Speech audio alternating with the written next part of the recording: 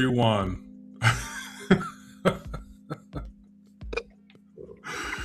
Ladies and gentlemen, may I introduce to you the one and only Darth Paradigm.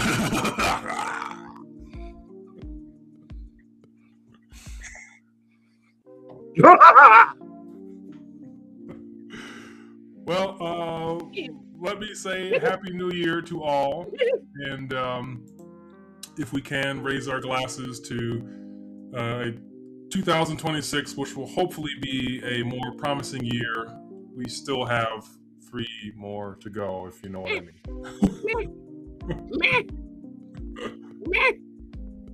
There we go. Yeah, there you go. To the death of 2025. Bye-bye. Bye, Billy.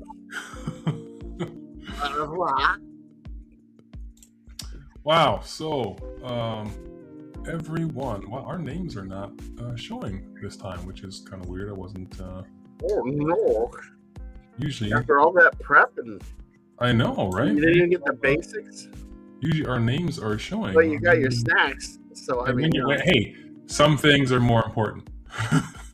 Wait, maybe I'm sure these people know who the hell we are anyway. A couple of bozos on the interwebs. Okay, so anyway, just wanted to say hello to all, and it's been quite a while since I can't remember the last time we live streamed. It's been a minute. It was like maybe 3 months ago or something. It was during the summer, right? Yeah, gosh, it was when I was here when I moved to Kentucky. So yeah, it's been a few months. But anyway, I hope that everyone has had a Merry Christmas and rung in the new year proper. Me, I went roller skating. I'm not a big go out and celebrate New Year's kind of guy. I never really was into that, and especially now that I'm older. But anyway, I'm glad to be here. For Paradigm and I, it's really important that we always talk offline. We're buddies, on an everyday basis, but we wanted to kind of connect with each other, in a live stream and everyone else. Just kind of see. We do this every year, actually. I think every New Year we kind of always do a little live stream to kind of get checked in. And yeah, I mean, and because like we've never been able to hang out in person. Yeah, physically, yeah. Which is either a good thing or a bad thing. Yeah, it's nice to be able to have these moments. But because him and I have just been so busy and this life really tries to smack us every once in a while, we haven't really been keeping up with our content quite as much. I released a little bit, but it's sparse in between. So we thought, hey, let's do a live stream and let's kind of showcase a lot of the sabers that we got that we haven't actually done content on our channels for. So this will kind of give all of you pretty much a first look. You saw it here first, folks. And then if we get around to it, if we ever plan to, then we'll do videos on some of these. But it just depends on how we feel and where the wind blows. So I don't think I remember how to make a video at this point. It's been so long. Mm-hmm.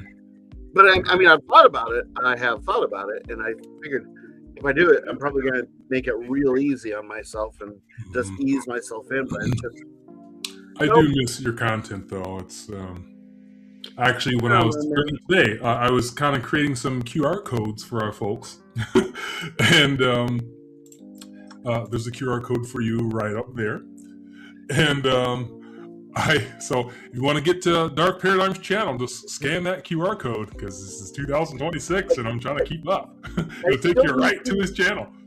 But I was watching your content when I went there.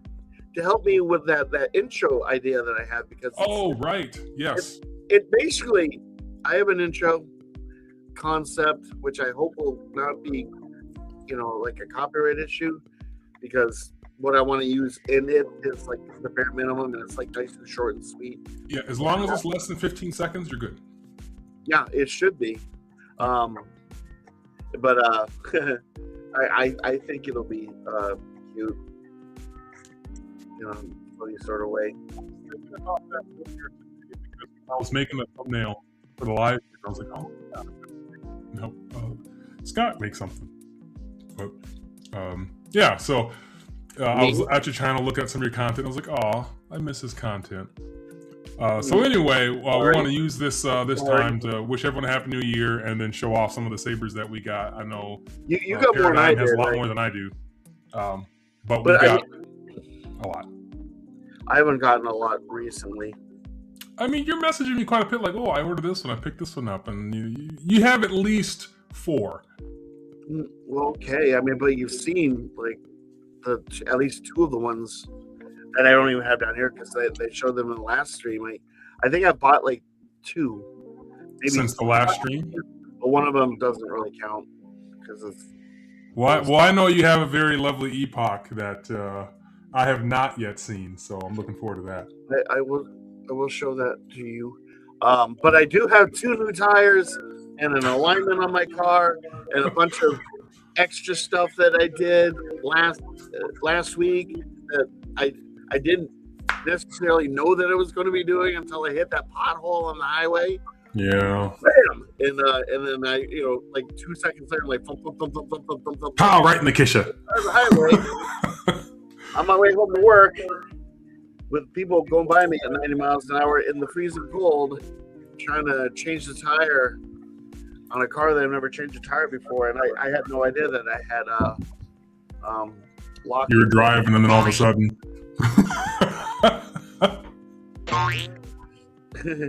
So that was my new year, and it's expensive, and I am broke, like everyone else. I'm just like I had some money,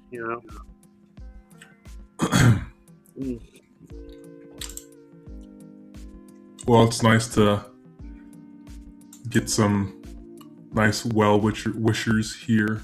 Is that Jim from Mid-Ohio Jedi Order? I'm seeing possibly. That. Oh, possibly. I mean, I just see it, and Ike, and yeah. Paul says he's hoping that when he gets off work, that we'll still be here.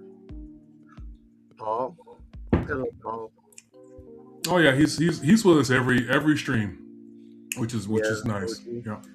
The last vestiges of this community that all that remain.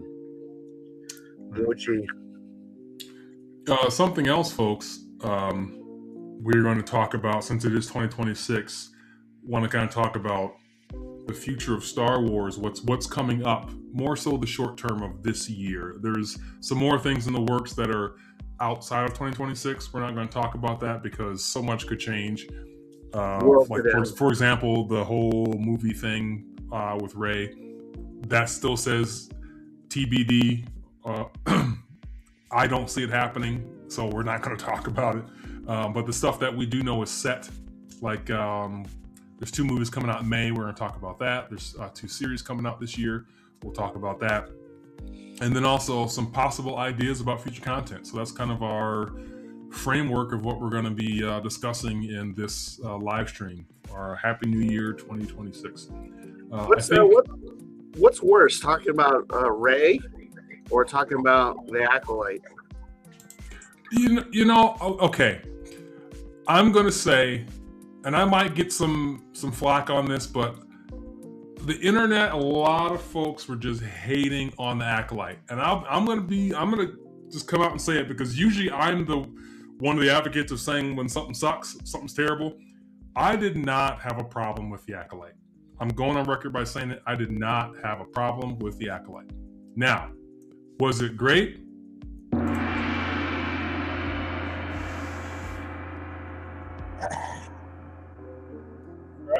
Star Wars content.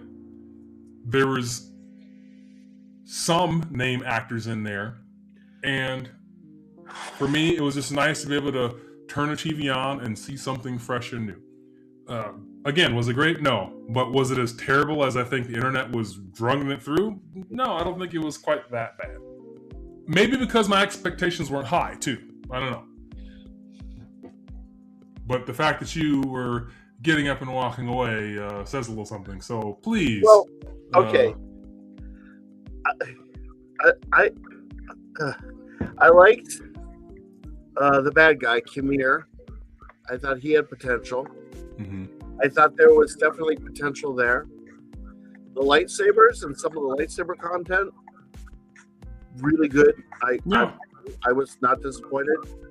But the overall writing and dialogue and storytelling and just the complete and utter lack of logic. I mean, there was no logic from scene to scene. I mean, who's I don't recall seeing like guys as Jedi's like my size, like young big.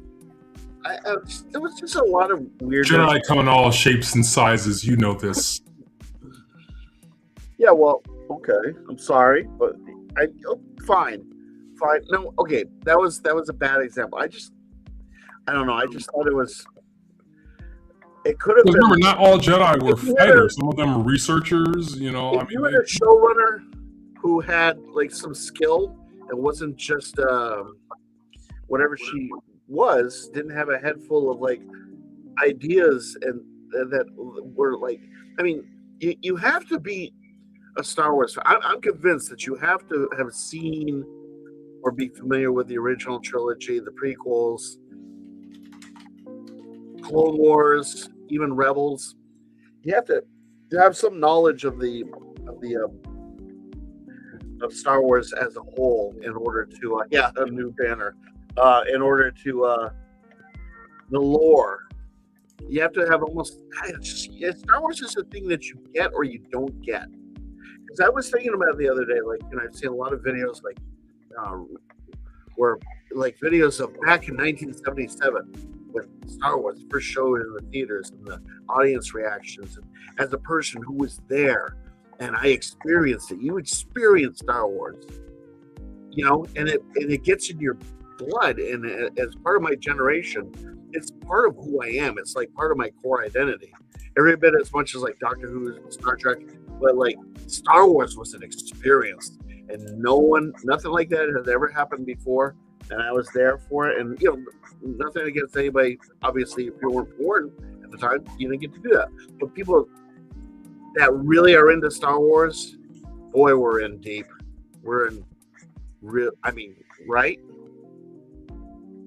We're almost a cult. I mean, it is definitely a niche, and niche is a nice word. Yeah. Nice niche. And on that bombshell. Yeah. So I just don't feel like the Acolyte did the justice, and whereas some other things have tried. I mean, like Obi-Wan tried. It just, somewhere went off the rails. Obi-Wan was just terrible. I'll say this. I would rather watch The Acolyte than Obi-Wan. Obi-Wan was terrible. Yeah. Before we get canceled, let's move on to the next topic. We get canceled. Like, I'm depressed over here now. Oh my All God. right, so let's show and talk about some lightsabers that we acquired that we have not shown or found the time to make content on our.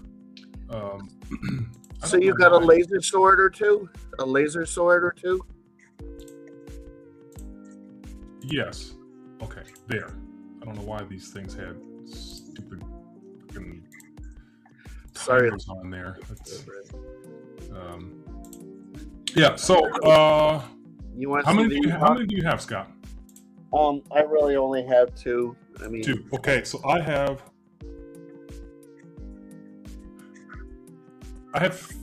three, but I have. Okay, I'll go first. That way we can alternate and still kind of line up together at the end, so we're not doing like back-to-back shows here. Okay, so I'll do the first one that I acquired, and that is this one right here. This is, I forgot what it was called because it's been so long. I had this before I left Belgium. I just never found the time to do an unboxing or review on this. But this is from the Pop Store. It's one of their whatchamacallits. Oh gosh, why is my mind drawing a blank right now? I'm gonna call it the. It's one of their flight series lightsabers, and it's a pixel flight. But it's interesting because it's completely square. The grip or the body is slightly rounded, and it's got this kind of weird window here, which I thought would illuminate, but it doesn't. So I was kind of disappointed by that. But it's got these nice little windows up here by the emitter, and you would think it would be uncomfortable to hold, but when you hold it right here at the rounded edges of the body, it's actually quite comfortable. It's a very interesting saber, and the reason why I got this because it kind of made me think of Tron. Like if there was not the actual Tron saber that someone made, but like the light cycle stick. But if there was someone in Tron, I feel like a saber would look like this if it was in Tron. Of course, it's got the Asteria Light soundboard in here. It comes preloaded with their 12 or whatever fonts, which you can customize.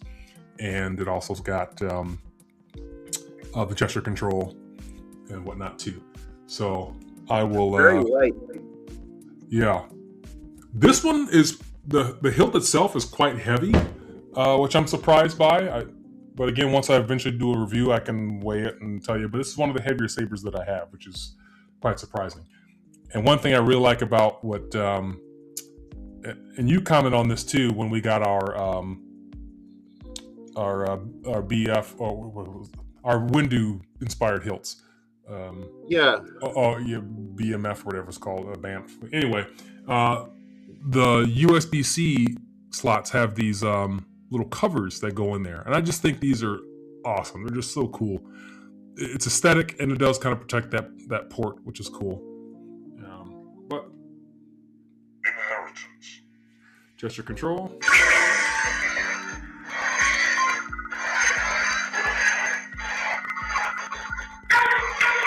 One thing that's interesting about these new flight series, the lockup is a clash, and if you don't move, then it automatically initiates, which is a cool concept on paper, but it's not always doesn't always work the way you want it to.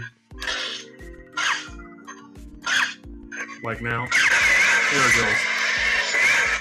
Yeah. So yeah, that's my POC Store flight series. I don't know the name of this square lightsaber thingy module. Yeah. So hopefully I'll have a video up on this in some kind of time with a review. Neat. Now, I haven't.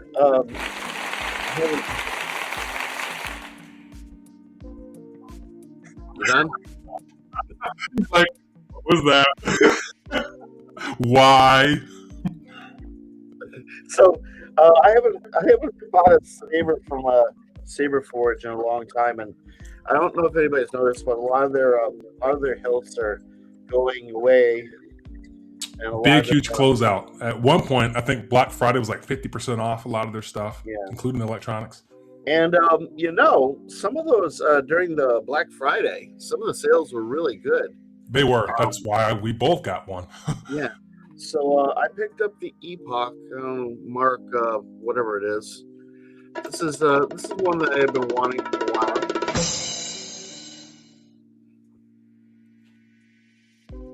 Anyway, I get the clean version. I almost bought the weathered version, but this is kind of geometrically very beautiful, and it's kind of like I would expect, almost like this part it's identical to that. Like it can where your hand is right now makes me think of the Depa Balaba saber a little bit. How it's kind of got those little angles like that. That's cool.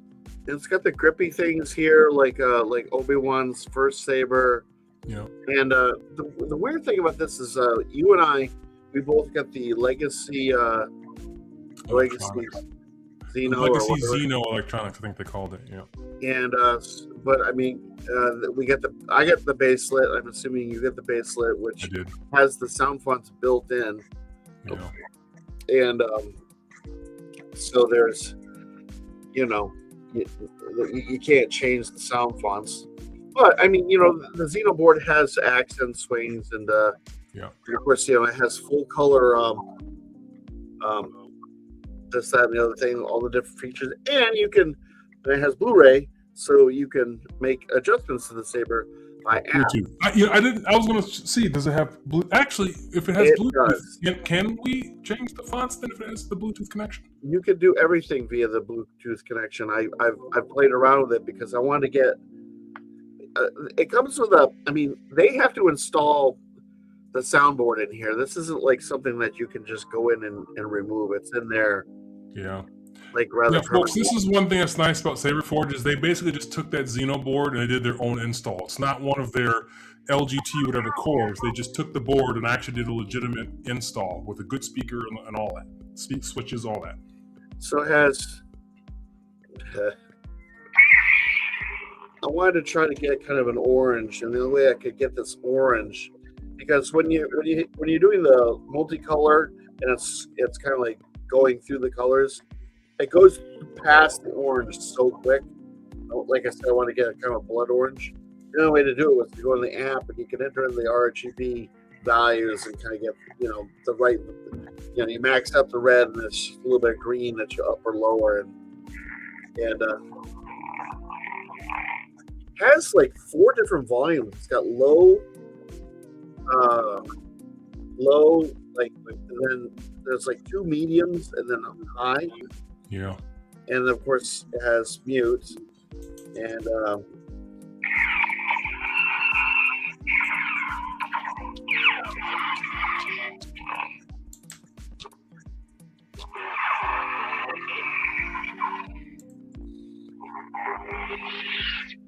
but just from a geometry standpoint, it's a very interesting hilt. None of this is sharp. That was going to be my question because it looked like it could be uncomfortable, but those windows are real. Windows in the neck. That's new. That's kind of cool. Well, it's kind of a hallmark of the Epoch. All the different versions of the Epoch have, like, they used to have 2 or 3 like slits like this. Now they went this way. This is a completely different design. I wouldn't even say this is like I consider this just an Epoch, not like an Epoch Mark III. Because it has no similarities to the previous versions at all. But well, when you look at it, this is what I like about this saber, especially now that you're showing it off here. Your right hand looks like where your right hand was. That looks like it's like a separate saber, and then like the neck looked like another part was inserted into that. It almost looks like 2 sabers in one. It's kind of cool. It kind of has that like Khmer kind of feel, like it could come apart. It looks like you could take it apart. Like that's like this could be a Shoto in itself. Yep. And then you could pull this out. It'd be an interesting concept. Obviously it doesn't come apart, but Anyway, so I don't even know if this is still available. I think it is. I think it is, but I think the standard version is sold out. I think it's just the black one now, which doesn't look as good to me because this accentuates, the 2 parts where the black it all kind of blends as one. And lastly, I don't know. I kind of find this little screw here that holds everything together A little unsightly. It's really nice machining. It's just not just a retention screw or just a screw stuck in there. I wish they did stuff like make those screws a different color so that it seems more like an accent and less like something that's make it look more aesthetic than functioning. But I like aesthetically. I do like the way this one looks. Mm-hmm. But of course, you can when you purchase one of these, you can pick your pick the color and the they had a limited number of CoverTech wheels. I didn't get a CoverTech because I think they're charging $5, and I just wanted to. And I'm not wearing things on my belt, so to me it wasn't an issue. So I just saved that money. But I like that you can customize all those. And the cool thing is that it came with a your basic what you call it a blade plug. Blade plug, and the blade plug is customized. It's like cut to the size of the hilt. So it fits in there perfectly. Saberforge is very good with that. No other company does that. They don't customize the length of the plug to the saber. And it came with all the extra crap. Yeah. We got the we got a necklace, keychain, the dice, and I think that's it.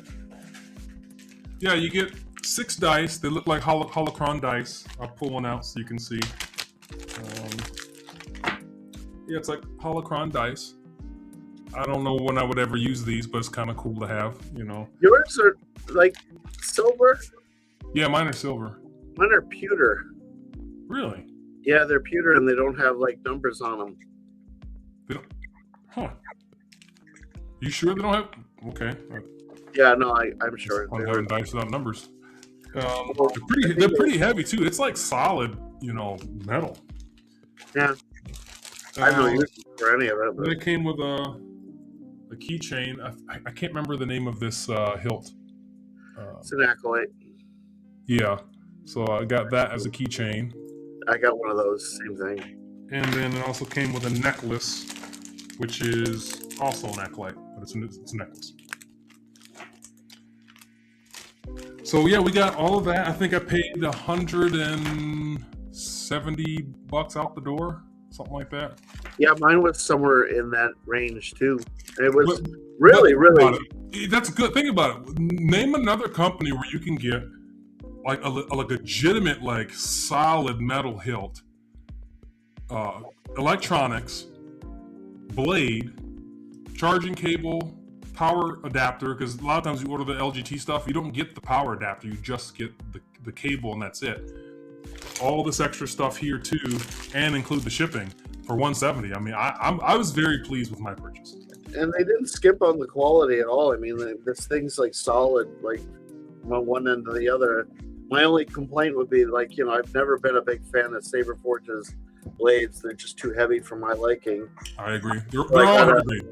I got a 28-inch blade to go with this thing, but I'd rather get like a Saber Merchant blade, which is they have these blades that come standard, and they have the lighter, like a display blade, and then a heavy duty one for like dueling. And I just get the light ones, and eventually I'll probably get one for this because that display does, it's okay. But yeah, I second that. I'm not a Saberforge blade fan, mainly because one, they're all heavy grade and just heavy in general. They're not translucent white, so they're not the brightest. And for me, since I don't duel or whack a lot of stuff, having that thick, heavy blade is not important to me. I want it to look good and be bright and shiny. So, you want the balance point to be kind of like sensical. Like this is fairly reasonable right here with this short blade. But if I had a 32-inch blade in here, here it's very front heavy, and like swinging around, it just doesn't like a lightsaber is shooting like weightless particles of light out the front. So really, the only weight that you should have is in the hilt. So if you have a lighter blade that like diffuses nicely, there was a guy who did a video talking about how lightsabers actually are not light as far as weight goes, and he backed it up pretty well with some Star Wars like facts to it, based off of like what you read in the books and games and comics and things like that basically said that lightsabers are not light. Same thing with the dark saber, because and that's why normal people just can't wield it all that well without the Force, because you kind of need that connection to be able to understand and wield it, and also get the weight and things like that. So I get all that. But at the same time, if we're still thinking about lore and we have a lightsaber, we're thinking that we are Force wielders in the Jedi, and I don't want a very front heavy blade, because then you wouldn't be nimble and be good at fighting. So since you did your Black Friday purchase, I'm going to now show my Black Friday purchase. And I got the Saberforge Aegis. And this is a curved hilt lightsaber, as you can see.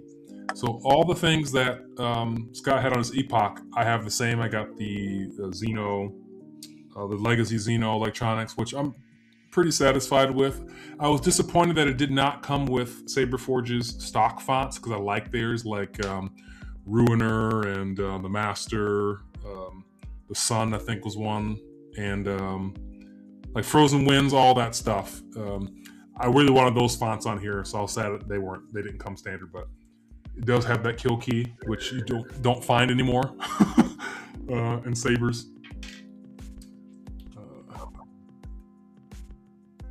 Power on. What's interesting about this one is I've also got 3 windows in the emitter, along with these guards on there, or almost semi-claws.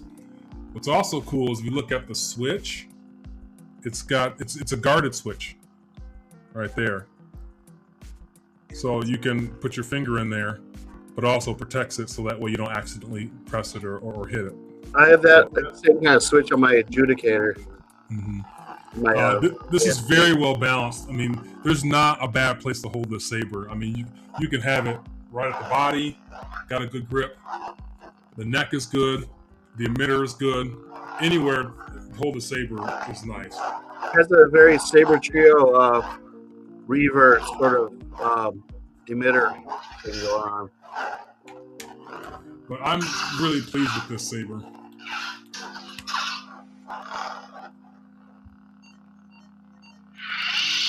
I will say I have not really gotten the gesture control to turn off with this. I don't know if it's because of the angle. Flighty. It's the same thing on mine.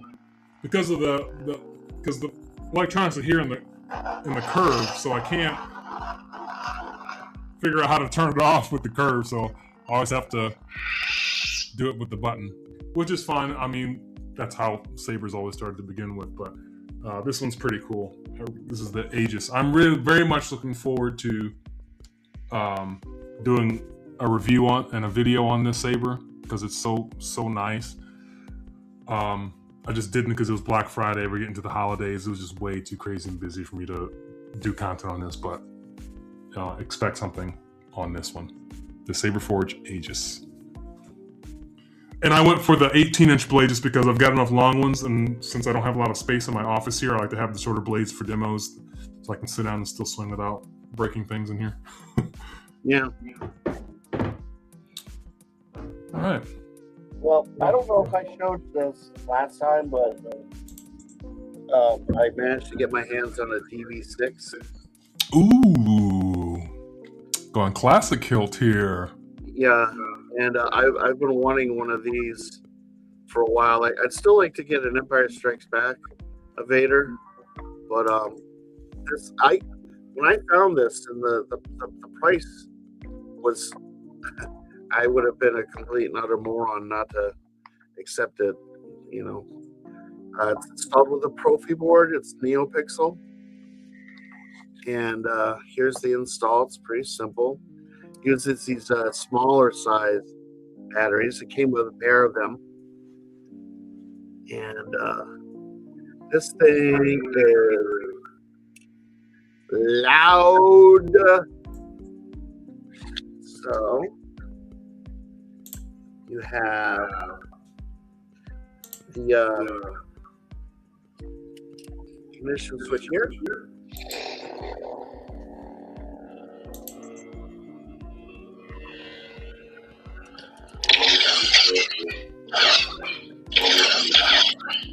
It uses a 7/8-inch blade. Nice.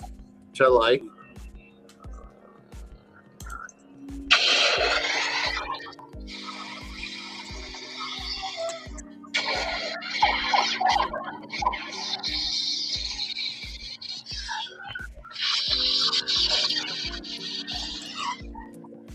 That this literally the switch looks kind of high. Is that like awkward or uncomfortable? No, I just hold it like this. Okay. You can access. You don't have to do any like hitting to get any of the features to work. Everything works from the two switches, which is the best setup for any Profi. And it's slightly weathered. And it was just like probably my best saber purchase of the last year, other than my Ascend from Justice Custom Sabers. And if there's one thing I can knock this hilt for, it's that this button right here is your blade retention screw. Mm. So Does the blade go down that far? the blade goes down to, probably about here. That's like almost a solid 2 inches. Oh, well, I guess no, but not from there though. Okay. This doesn't really hold. I mean, it does a fair job, but like if I'm swinging, if I were not, this is a replica. It's not something I would be swinging around and dueling with. Correct. This is, for me, this is a unicorn, and the seller that sold this to me, thank you very much. I love this thing. I'm gonna keep this thing forever and ever and ever, and it's just such a. I mean, I know that with the Greeble, like something like that on it, it's not your jam and stuff like this. But I mostly did this because who isn't a Vader fan, and this thing right now I'm using the my favorite Vader sound font is always from Rogue One. Oh, Rogue Vader, yeah, me too. That is a great sound font. But other than that, here. Let me just play through the sound fonts that came installed on this thing. It says Classic A New Hope. I'm not sure what that is. It's probably Is it a 2 button or 1 button? What's a 2 button? Okay. So it's a Kylo Ren, but here, check this out. 1, Kylo Ren. 2, For the past time. 3, I'll kill him. 4, I know what I have to do. 5, And when I killed you, 6, Kylo Ren. 7, I don't want to have to kill 8, you. Traitor! 9. Just simply wonder. The person that had this saber before me had a real hard-on for Kylo Ren. I don't know why. Clearly, on a Vader hilt. That's crazy. It works, and then I've got. I didn't know there was that many different Kylo fonts out there. Yeah, and I don't. I thought there was more like 5. Because it's a Vader. Anyway, so and then you get the Ronin. Lightsabers. And the other, whoever she was from Visions. Have you ever heard this sound font? If you swing the saber, it does. Carol the Bells. Okay. It's kind of a Jay DeLorean thing, I think, and it's awesome. Not sure what that is. So anyway, I keep it on this one. Oh, I love the pulse on that. That is nice. Unless it's a camera thing, but it looks like it's pulsing really well. Oh, it's pulsing, my friend. See, that's that. I feel like that's legit Vader right there. I love the saber. This is like one Did of the. I miss it, or did you say what the soundboard was? It's a Profi. Whatchamaware. I don't know any of the numbers. I suspected that when you ignited that first Kylo font. I'm like, that blade, the way it just ignited, I was like, that looks like something that's like bougie or fancy. Like it's a good board. The blade is a 30-inch sanded blade. I got this from the Saber Merchant. 7/8 inch. And we're gonna talk about that next. This blade is glorious. And there you go. It's my DV6. Yeah, I like that one. Well done. We're gonna get back to 1 inch or 7/8 inch blades in a minute once we finish the showcase here, because I've got some things on that. So the two that I've never shown, I already did. So thank you, Ike, for clarifying the Zero Mecha series. This is a Mecha lightsaber. Is that supposed to be for like a Gundam? Yeah. Gundam. I did not do this on my channel, but I did show it on the last live stream. And this is my Ino Cordova from Jedi Survivor and Fallen Order. This one, this also has Xeno electronics inside. It's an RGB, but this one is it's so elegant. It's pretty light, but it's great to hold. I mean, just look at all of these Electrum accents on here. the neck right there, at the thin portion, the kind of pseudo grenade grip here. This kind of grip here is really nice and comfortable, and of course you got more electrum right there. And this D-ring, anyone who watches my content knows that I'm not a fan of D-rings, but this one here I do like. It works really well. It doesn't move around or clang or make noise, but it freely moves, which is nice when you press it. The switch is kind of this nice soft button right here that's built in, so there's no illumination, which is great because we never saw really illuminated switches on lightsabers.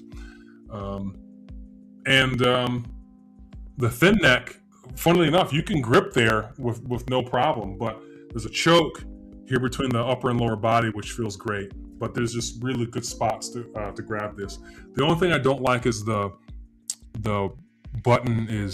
switch is slightly raised, and I would prefer it to be more flush or maybe slightly recessed, because I do actually sometimes accidentally hit that when I'm swinging it around.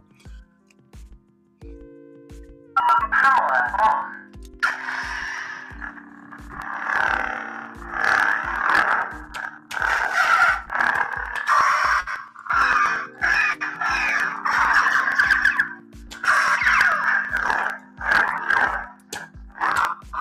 But yeah, I just think this is just a beautiful saber, and I eventually want to do a review on this because I've had this one since the summer. Actually, I actually ordered this as soon as I moved in here, like in August or whatever. So I've been holding on this for a while, just haven't done anything with it. It does come apart. The pommel comes off, the lower body is a separate piece, the choke's a separate piece, the upper body is a separate piece, and the neck is a separate piece. Yeah. And also, what's kind of cool, it came with an extra emitter ring. So this one is for attaching the blade, and there's another one that actually has a shorter, where it's more flush right here at that point. So from the top of the blades are there, unscrews, and then there's another one you can screw on where it's just flush and flat. So this is the blade guard, and then there's another one that goes on top of that. So yeah, I like the fact that it looks like it has at least like 3 blade retention screws. Yes, it does. 4 actually. There's 4. For yeah, a thin neck? There's just 2 on this side and then 2 on that side. Like most of my thin neck sabers, I've got several across the board, and like the Corbanth ones, they just have like the one screw, and it's like this tiny little screw that's expected to hold this 30-inch blade in place, and it's just like they always come loose in the blade shimmies, and you can't really do anything. It's just like a shit. So I had issues with this one too, and I learned, because I feel like when you have kind of like a Christmas tree, when you have in the stem, when you have 4 points going into one stem, it doesn't really stabilize on the inside. I feel like when you can push it against one wall of the blade emitter or the blade holder, then it's more stable. So what I do is I find that having 2 screws at an angle this way, and tighten those as much as I can against the opposite wall of the blade holder, and then I just tighten the last 2 enough where it touches, but I don't tighten it more than that to center the blade, because then it starts to wobble over time. So I find it's more stable when it's pushed against the blade holder as opposed to being out in the 4. But I like 2 pushing, not 1. Because 1 on a thin neck just does not do it. It does not do it. At the very least, you could always, I've had to put like a little bit of tape around the end of the blade, then put it in there. It kind of secures a little bit. Then you can do each screw and sort of get them uniformly tightened. But I mean, it's interesting. Like, let me give you for instance. I have a Master Q. It's an older saber that I got from the patch store. Thing works fine. Don't have one blade that fits in it. And it's a 1-inch diameter, but it's like 1 inch, but it's like a 32nd of an inch too small. So none of my blades fit. And I've been meaning to one of these days, I don't know, try to get like maybe a blade from the patch store and ask them, will this fit?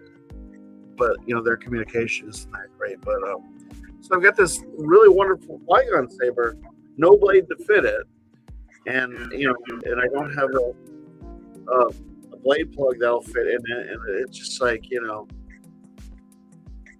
So you said so all your blades you said are too thin for it? they're too thick. Too thick. Oh, you can always just sand one down a little bit. Yeah, but You have to have just a dedicated blade for just that hilt and not use it anywhere else. well, that's the thing. It's like if I have a blade, and I spend like the requisite amount of money for it, I don't just use it for like the one saber. I will use this blade for all my short, like a Qui-Gon or a thin neck, something where you only have like that much space. Because Okay. I don't like having the marks from the retention screws showing. Yeah. A little bit. Especially if you put it into a hilt that has windows, because then they can see that through there and it looks terrible. Yeah, I don't care for it. I mean, it depends on what the saber is. Yeah. If it's a Qui-Gon, I want a dedicated blade. Like certain sabers, like it's the same thing with I have a KR sabers. My Luke Skywalker thin neck with it's a Luke Hero or whatever. Like just finding a blade that fits in it, and then with the retention screws, and I just kind of like give up after a while and just like put the little cap on it and just use it as a display. What sabers do and do not work, but the ones that I want a dedicated blade for this saber because I like the hilt that much, and that's the way it is with this Master Key. And all my other Qui-Gons have died. My KR sabers Qui-Gon died. My I can't put a blade in my in the one that I got from Corban because it just I don't know what the hell. I got all these sabers and I can send them to somewhere.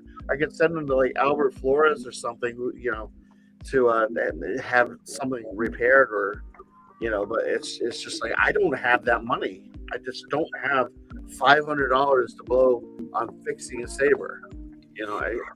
I just don't like having a bunch of. I don't keep because I display my lightsabers on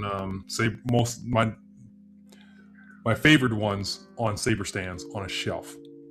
So I don't keep blades in them. Not to mention I just don't want that many blades, and I just can't display a bunch of hilts with blades in them unless I get a rack, and I don't want a rack because it takes up more space. I just have a few select blades that I like to use, and I just insert and reinsert and do what I want. But I think Saber Trio blades are still my favorite. They look great. They fit almost anything because sometimes some blades are just too thick to fit certain hilts. But I think you're talking about, I think a Saber Trio blade would fit really well. And you can also sand it down more since they're already pre-sanded. You can do more to make it fit even better. I just want to preface everything that I've said by just saying I don't abuse my sabers. I just that day I picked up my Saber Trio by Senza. It just stopped working. Replaced the battery. But check the SD that's card. the issue I had with my Reaver, and I still need to send that in because I haven't been able to use my Saber Trio Reaver for years now. It's like $450 to fix it plus shipping. And I'm like, I don't have it. I mean, unless something happens, and I mean, yeah. New tires happen. Yeah, my car drives really nice now. You need new tires because you got to get to work. Yeah, this is true. So you can afford to buy new tires. So that was. I have just one last new saber, but I don't have electronics in it. I originally put the Golden Harvest V4 core in this one. It didn't fit too well, and one thing I don't like about I love the design of this hilt. It looks very almost Old Republic or Acolyte-esque. Only problem I have with this is the you cannot get to. There's no retention screw, as you can see, available. You have to take off one of these leather parts here and then put a screw in that way. So this one is very difficult to actually function with. You have to put a blade in and basically just leave it there. And you also can't get access to the core once you put it in, because you have to take off these little plates to really slide it in and jimmy it right. So once it's in, it's in. You can't pull the SD card out. You can't do any of that. Everything's going to be by plugging in or by Bluetooth. So I took it out of this and I haven't put another core in yet, but I really do like this hilt. And I got this one from Dark Wolf Sabers. It was marked down. I think I got it for maybe $70 or $80. It was really cheap. But I like the hilt. I think when I got the core, I bought the core separate. So I think all that together between the core and this is like $150. So it's a pretty sweet deal. And I love how it looks. It's just not practical for basically do your setup and you're kind of stuck there unless you want the hassle of having to go through taking everything apart, which I don't like doing. But that's this hilt here. I ended up moving that Golden Harvest V4 core to my Lobo from Dark Wolf, and just made it. This is just easier to access and get to. But here's the core there. Of course, you got the little crystal taped battery, and then there's the Golden Harvest V4 board.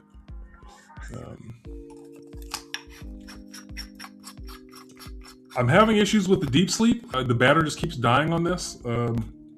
So I need to maybe go into settings and figure out if it's even activating or how long it's taking for it to go into deep sleep.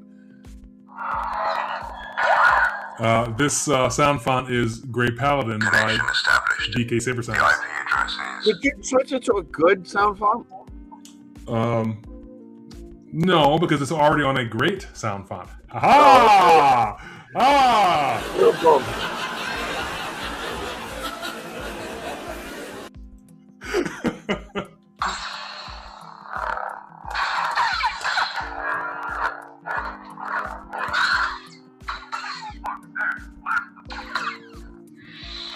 Yeah, so Golden Harvest V4. I have not done a video on that yet either, but I will do a review on the Golden Harvest V4.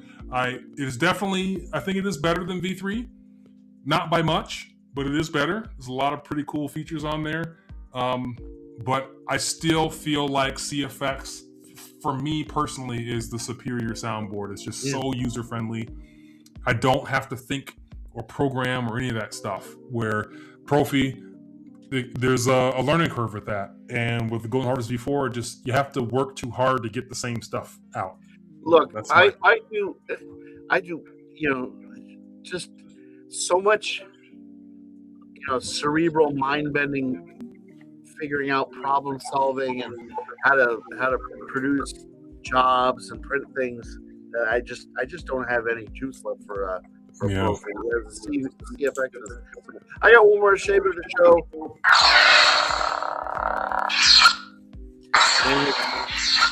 Stop it.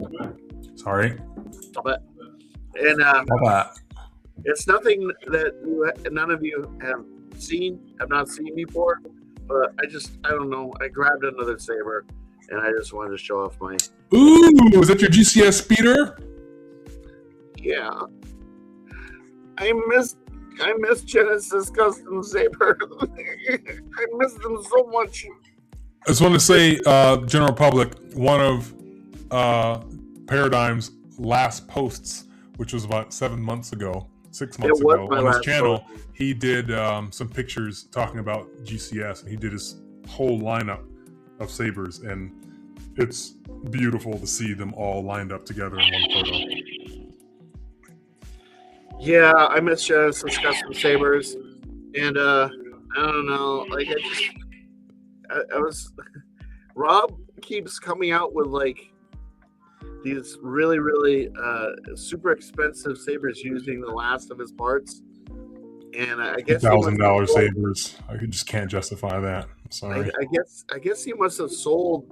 He had a bad axe Imagine that, the very last bad axe that anyone would ever see, Oh unless man. you find one in the wild. Yeah. And I think I had read that his website has closed down. He had a holiday special where he was selling his merch, and I think he's closed down permanently. And now he's off living it up, La Vida Loca. La Vida Loca. And I'm like, I just, you have no idea. Like, I feel bad for anybody that doesn't have a Genesis Custom Saber. So, I mean, you've got the bad axe. You know that when you're holding one of these, it's just... There's something different about holding his saber as opposed to all the other ones that I've had. Like, I don't know, the GCS sabers, they're just different. They feel different. Like, you can tell that you're holding a piece, a masterpiece. I don't know. I am so happy that I have what I have, and that I was smart enough to order my Ascend. Because I just had a sense. That if I didn't order that, I was going to regret it for the rest of my life. And I would not want to live with that kind of regret. No, not at all. Nope. Okay, anyway. And that's why I'm glad I got the bad axe when I did. As soon as that thing came available, I was like, I'm ordering this now. You and I got ours the last run. And now everyone else is just going to have to, go bad axe free for the rest of their life. They're going to go bad axeless. Bad axeless? Yeah. Dan's bad axe? So I can't even imagine that. That was all of our sabers that we haven't shown, and some additional honorable mentions that were just worth talking about. Now, I want to go into what you mentioned earlier, which was the 7/8 inch blade. So for me, it took me a while before I finally got a 7/8 inch blade. And I have to say, I absolutely love them. I think 7/8 inch blades are really, really nice. To me, it looks and feels more real, like to what the blade would be, and just the balance, everything. It's just so nice. It's like a total Rebels feel, Yeah, I mean, it's that thinner blade. I don't know, something about it is just really nice. It just feels good and looks good. Got one in. Okay, here, check this out. Got one in my Vader. And I've got one in my Anakin. 7/8 inch blade for my Vader and my Anakin. The duo, as it were. The connection there is just like, yeah. Well, first off, Isaac, you must have lost what was left of your mind by even considering letting your bad axe go. There is no way. My bad axe will go with me until I am gone. It's an heirloom. I probably won't even give it away or gift it. It's probably going to get buried. It's probably going to be put in my casket with me. I'm just saying. Wow. Tell you what's being buried with me is the new Voltron that I bought. Which I should have here, but I don't. I don't know if you should do that, Scott, because you're going to get some grave robbers. They're going to come in there. They're going to dig up your body just because, people dig up dead bodies for the jewelry and stuff to make money. They're going to get your Voltron and then sell that on eBay for $20,000. Actually, it might be worth even more than that by the time you die. So it might be $100,000. Can I tell the story?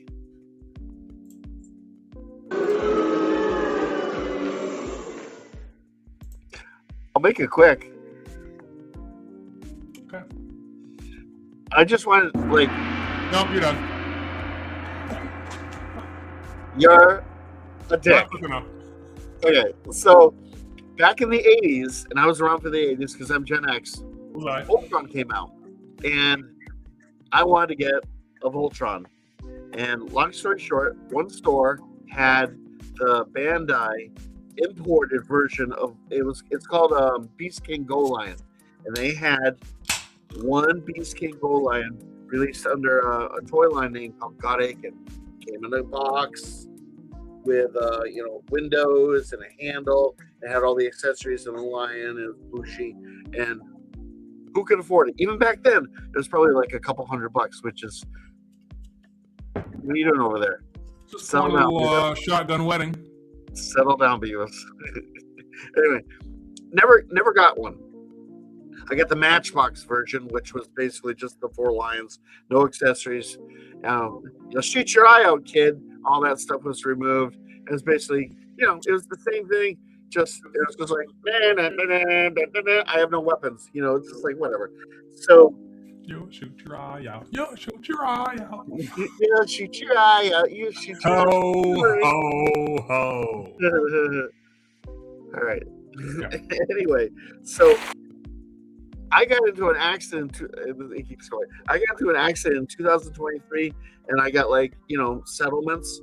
Well, what happened was this summer I ended up getting like a settlement check 2 years later, out of the blue, just like a windfall. It's just like, what's this? Money? Okay, I'm buying myself a Voltron. So Bandai now they have a toy line that it's been out for like 10 years. I have a few of what they call Soul Shogoken, and they weren't able to release a Voltron because of copyrights. Still, the company that purchased it to show in America as Voltron still owned the rights. Then like 5 years ago, it freed up, and Bandai was able to make an updated version of Go Lion / Voltron, and that's what I bought. I bought one of those, and I got a really good price on eBay. So I got this like Voltron that's about this tall with the 5 lions and all the accessories. Weighs like 15 pounds of pure like die cast yumminess, and it's absolutely gorgeous. And that was my ultimate like. Well, I get it because I bought a Hot Toys Moff Gideon because I just he's just such a cool. And Hot Toys is like the best of the best when it comes to action figures. Yes, and I didn't realize this because every time I saw someone like, oh, I'm not gonna. That's a lot. That's really expensive. It's too much money. I'm not gonna do that. So I finally found a decent one, and I was doing a couple of bids to try to get new ones at a fair price. But some of them are like 200, just way going over what I wanted to spend. But I finally found one. These come with fucking underwear and pubic hair and like freaking nipple rings. And, So I did find a decent one, and I was so amazed and impressed at the level of detail and how great these things are. Like I said, totally worth the price. I couldn't believe it. I couldn't believe opening up and saying, "Wow, this is actually worth what I paid for it." So.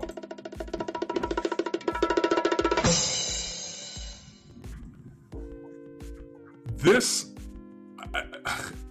I'm just amazed at how, the cape is fabric. You can actually shape and form it, like, so you can actually design it the way you want it to be. The level of detail just in his face, the uniform, the armor. the rotoscope on the head, it looks exactly like Bob Gideon. Yeah. It's like he's there. You have something I want. He's got different hand grips. Do I have to go get my? Do people want me to go get my Voltron? Sure. Yeah. He's got the blaster with a holder for the blaster. The dark saber with different blades. Yeah. Also, a hilt that doesn't hold the blade, so you can just hold the hilt or put that on his belt. It actually has the loop on the belt right there, or on the hilt, so that you can hook it onto the belt. Unfortunately, like literally the same day I got it, my cat chewed on the end of the dark saber. I was kind of pissed about that. But the level of detail on this is just, 10 out of 10. It's great. Oh, and it came with a stand that also says Star Wars Moff Gideon right there. So it holds him perfectly. Basically just hooks right on his crotch there. Just hang him on his nuts. He stands there. And this thing is just by far one of the coolest things I've ever gotten. So I'm really pleased by this Hot Toys Moff Gideon. And they're lovely because I cosplay as Moff Gideon, and I have everything, all these parts, like it is exactly as it is on this this action figure. I mean, just, and you could, how do you call it? He's multiple articulating. I don't know how many points, but you can pose him basically any way you want. Whoops, doodle. So Moff Gideon is there next to my Count Dooku and Director Krennic, of which I have cosplays for all of them. From days of long ago, from uncharted regions of the universe. So, ladies and gentlemen, Moff Gideon. Treasure of the universe. Hey, Rain Man, calm down over there. You sound like Wheel of Fortune. The studio is filled with fabulous and glorious prizes.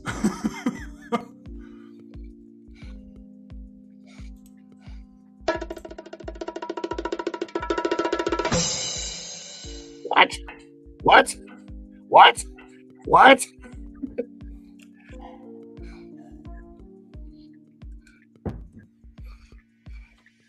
That is legit. That reminds me a little bit of the one that I had when I was a kid.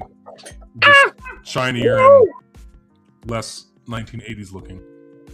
But and the individual pieces come apart where they can. Although those legs actually does it come apart to the individual cats where you can move the legs and everything?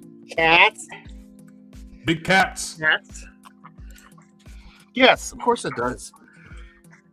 I don't have no stinking robot that doesn't come apart into cats. It has all the 5 lions, and I'm bound and determined to destroy this sword. Hey, studio audience, are we in favor of his behavior right now? Yeah, me either. I didn't think so. Behavior? Should we get him off the stage? Yeah? Okay. Let's bounce him out of here. Why don't you go fuck yourself?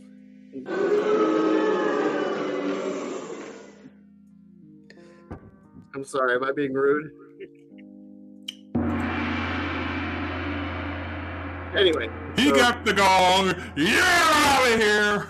He's got his blazing sword and like about 100,000 accessories that I just don't cool. have to put. Yeah, I'm happy with it. Like I said, it's not like 15 pounds. We're like 10 or 12. I mean, it's a hefty piece. The legs alone look pretty bulky. I mean, man. They actually have a hinge here so that you can kind of stand him correctly. That's cool. Yeah. But yeah, I mean, look at it. You can tell we're older guys and we're just nerding out over this nostalgic stuff from when we were kids. All this stuff right here, that's all in relief. And he has like an alternate face. He has like a like face, but I don't have that face on him right now, obviously. And yeah, it's just I've wanted one of these for ages and ages and ages. And now I have nowhere to put him. Where can I put him? I just want to say that what we had for toys and shows growing up, everyone is going for those things now. They are very hot items now. And people, Optimus Prime, people, even kids today like the toys that we grew up with. And the toys now are, I'm sorry, they're just crap. They're poorly made. They're not coming from good TV shows or anything like that. And sure, when those kids get older, it's going to be a nostalgic thing for them, but they're just not cool. Like, those kids love our toys now, but their toys are crap. I am Optimus Prime. Now I had an Optimus Prime where it actually had his trailer that opened up into like a like a command center, and it had like a little cannon that shot things out Operative of it. word had. I And it- still have. I have And the updated version. no, wait. I do still have it. It's at my mom's Thank you, house Ag. in Michigan. It had a little car that you can put a little push back onto a spring, push the button, and it launches out of the trailer. Yeah, And roller. Optimus was metal parts where like the windshield would come down. You could stick his little fists in there as storage and fold them up and drive them off. He was really cool. Do you know the origin of that toy? I don't. It came from a toy line called Diaclone. Huh. It was a Japanese toy line. They use these little figures with magnets for feet, and they used to be the drivers. That's why your Optimus Prime has a little driver's seat, is because that's where the little magnet guys go. So all the original toys had those little seats, and they were all like different painted versions. So And he had a when they brought them over to the little United rifle States, gun too. they got a writer, and he wrote like a story, and he created characters for all the characters, and then the Transformers as we know it was born. And then as like the toy line progressed, they start coming out with original Diaclone like painted versions of all the original Transformers, which you can still get to this day. And the lore just it's just nuts.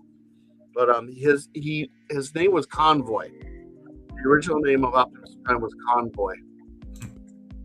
Convoy.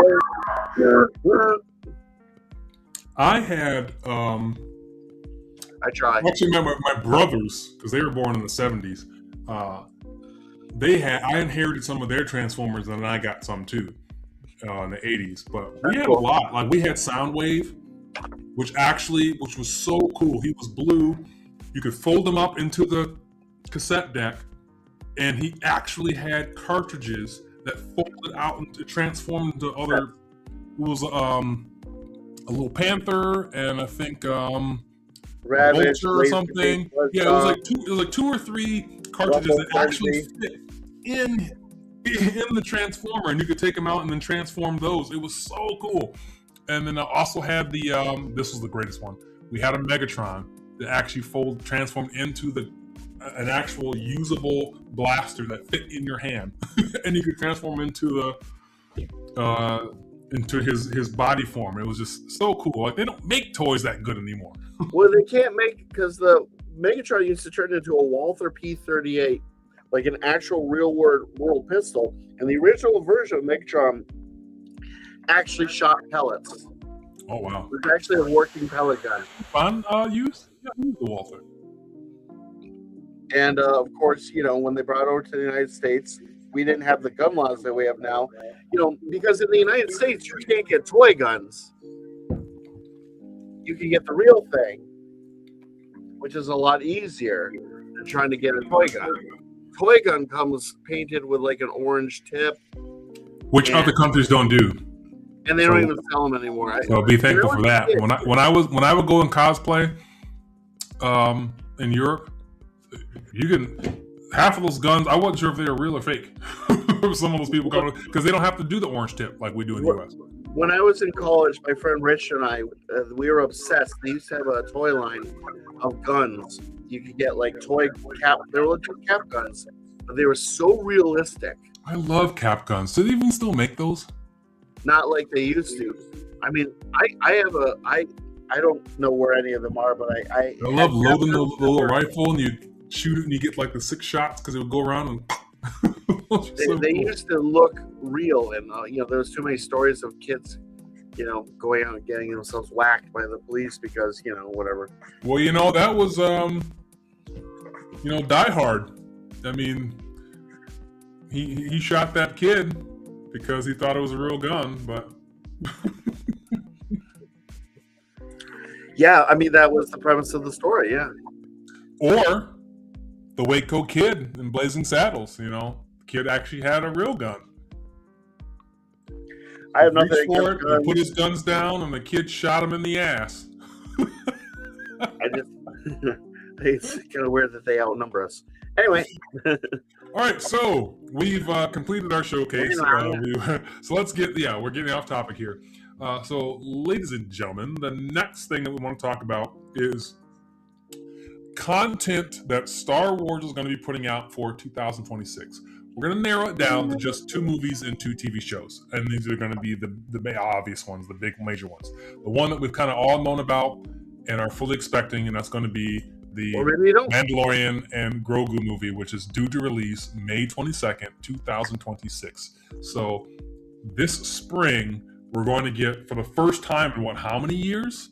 Oh gosh, 4 or 5 years, get an actual Star Wars movie. And, we know very little about it. Correct. They just had the one teaser trailer. The trailer didn't really give us much. It didn't really do anything for me. I mean, I watched plenty of reactions to it, and people seemed to enjoy it. But I was like, okay, can we get some kind of idea if there's a story involved with this? Now, I saw a bootleg, an AI-produced trailer for this movie. I'm getting so sick of that stuff. Like, if it's not real, stop putting it out there and passing it like it is. And you know why I didn't like it? It was because they had what's his name from Rebels, the guy that wasn't in Ahsoka, the one Rebels. What is his name? I can't think of it right now. The giant guy. Bindu? No. The member of the Ghost crew. I just can't think of his name right now. Zeb. Like the trailer that the person had made, like had like Mandalorian teaming up with Zeb, and like I probably like Boba Fett, and it looked really cool. And then I was like, this is AI as fuck. And then it was just like, it looked better than anything that Disney could even conceive of. It had so much cool shit in there. He's like facing off against, like, imagine the Mandalorian facing off against what's his name? Why is my brain fried right now? Thrawn. Mm-hmm. Can you imagine that? Oh God, what's the trailer? Yeah, let's watch this real quick and one little tiny bit of info we have on this. Yeah, and then we can elaborate more on it. They need to start letting us know about this like someday soon. Why did he have to wait this time? The flashback?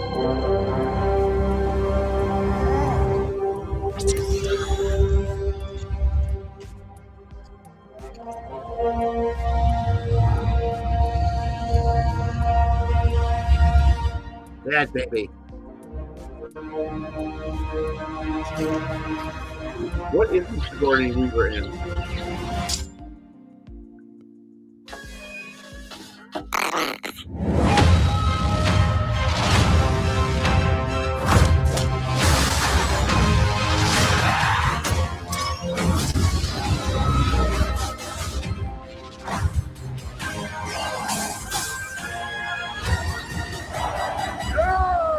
Impressive.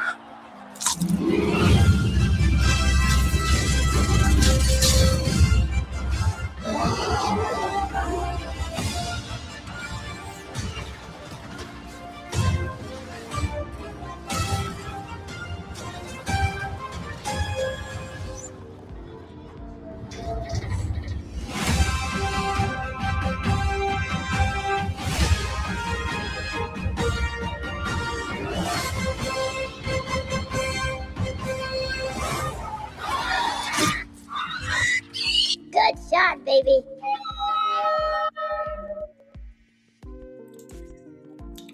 And there we have it.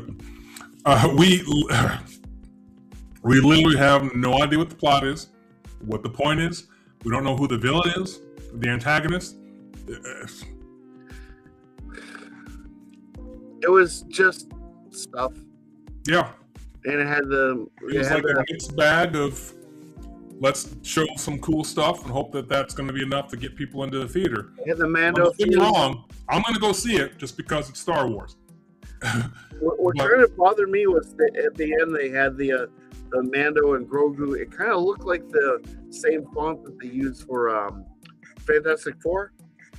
And I wasn't really impressed by Fantastic Four. That movie kind of Yeah.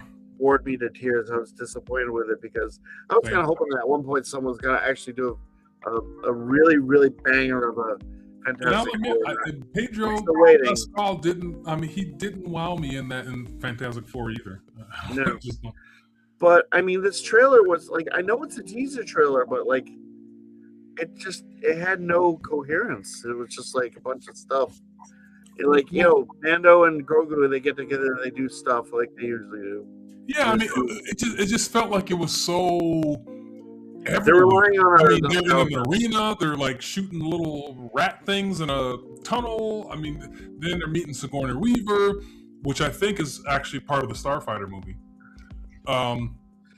And then they're blowing up an AT-AT. Like, there's just so many things going on. What is the movie about, and who is the main antagonist? Who is the villain? We don't know. I would love it if Moff Gideon wasn't truly dead, but we just don't know what their whole mission is, what their adventure is, because they're not doing the Mandalorian. We already have confirmed that they're killing that show. So I'm movie's gonna be it. sticking to my guns. I don't think that Moff Gideon died in I don't that. think so either. I think he's still alive. I think that was a clone.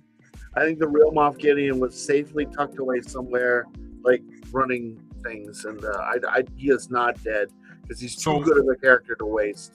I agree, and too great of an actor. So yeah, either that was not the real Moff Gideon that got barbecued, or keep in mind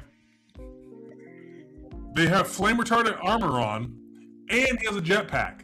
We just saw the flames like fly up. We don't know what happened with him after that. He could have jetpacked out of there. Who knows? So I don't think he's dead. Now, I wish I could pull it up, but I did at Comic-Con Brussels. Giancarlo Esposito, the actor for Moff Gideon, was there. Are you done? Are you done? So, while there, I asked him directly. This is me and my friend. That's right. Hey, him and I were very cool. As soon as he saw me in that cosplay, we were just the other day he was messaging me. And I was wondering, what are you doing now?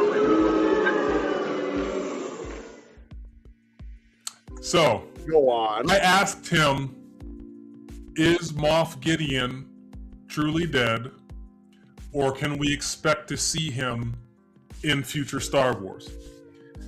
Coming from the actor, he said, and I recorded all this, I have to find the footage and play it, but he said that every role that he plays, especially Moff Gideon, he never truly dies. That's what he said. He didn't confirm that he would be back, but he said that he never truly dies. So it is possible. And he did say that he would very much like to do more Star Wars content if Lucasfilm reaches out to him for that. So, and that's coming from the actor. Yes, thank you. I knew the actor. Yes, thank you. And what do you think of Scott's remarks? Yes, that's right. Yes.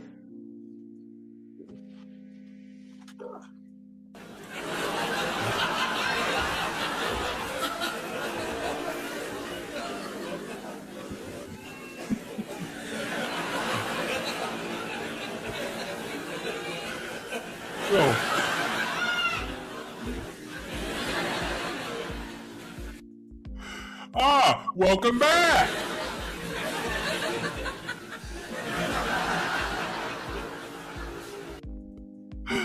Oh. Fuck you. Oh, fuck yourself, fuck you. we don't know who the antagonist or the villain is for Mando and Grogu. I will go to the theater to see it. I'm glad to know that it's going to be an IMAX. That should be pretty cool. But I'd like to hear in the comments, what do you think about Mando and Grogu? Are you excited about it? Are you thinking meh?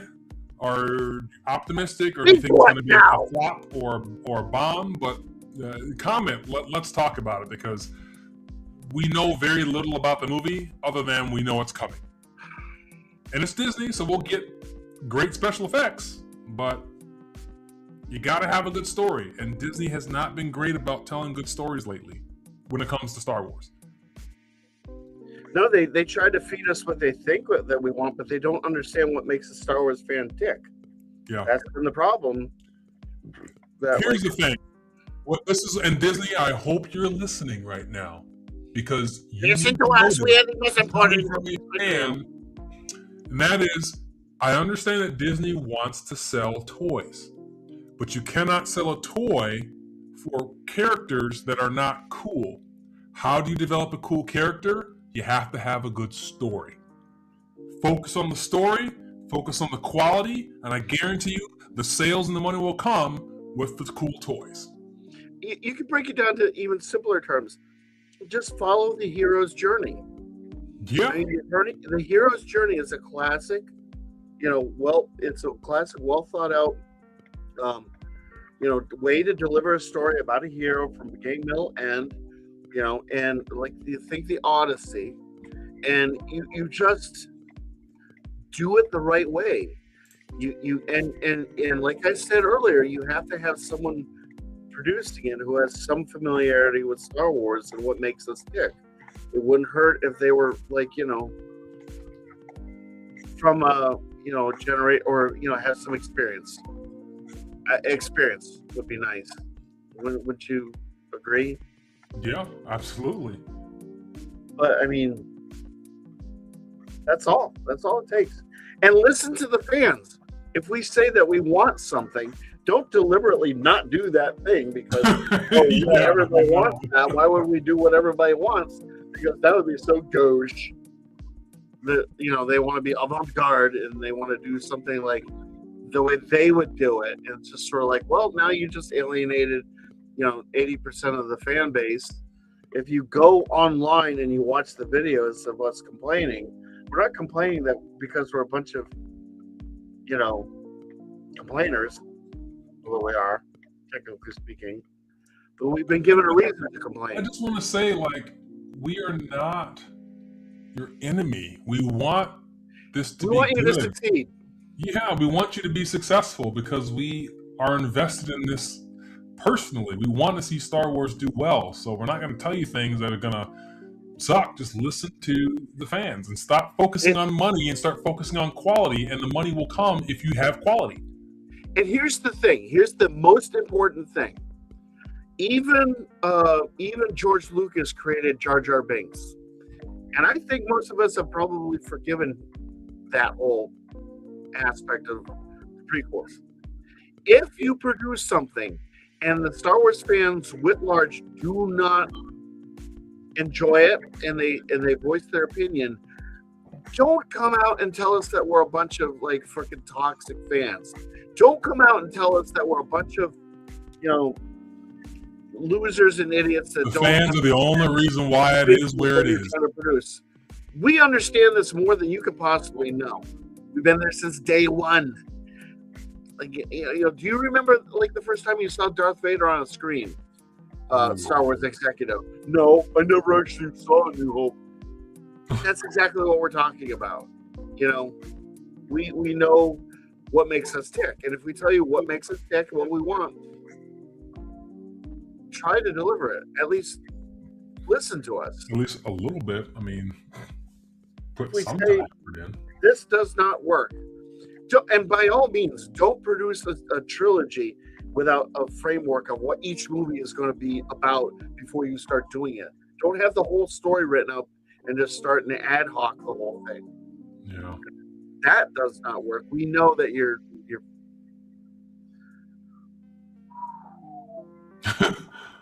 I'm okay. I'm fine. You sure? Wow, it just came out. That was I'm kind of dizzy. I need a beer. So that's essentially Mando and Grogu. Meh. Yeah. The thing is, the series was such a huge success.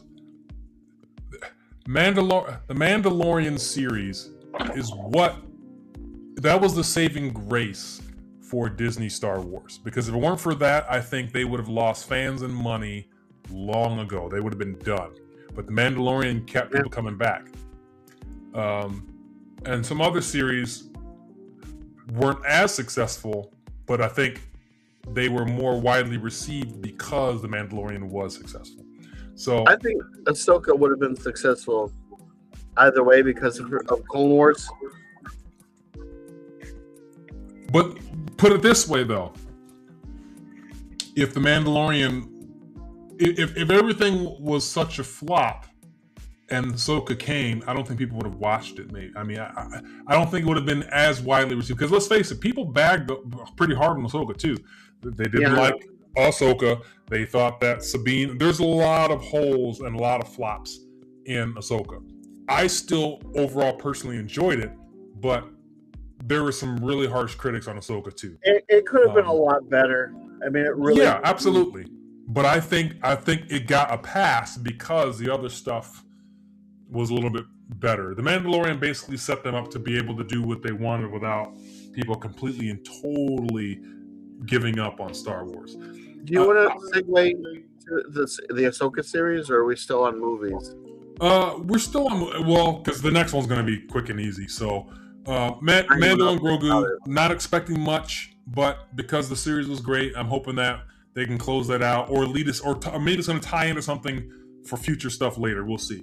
So, the next thing that's going to come out or be released, surprisingly, a week later, that's going to be Star Wars Starfighter. That's due to release May 28th, 2026, where Grogu is the 22nd. So a week later. So they're releasing 2 movies in the same month. That's pretty crazy. They're not even going to let the first one marinate a little bit and generate some revenue. They're going to release another one. So this one we don't know much about. I have not seen an official trailer yet.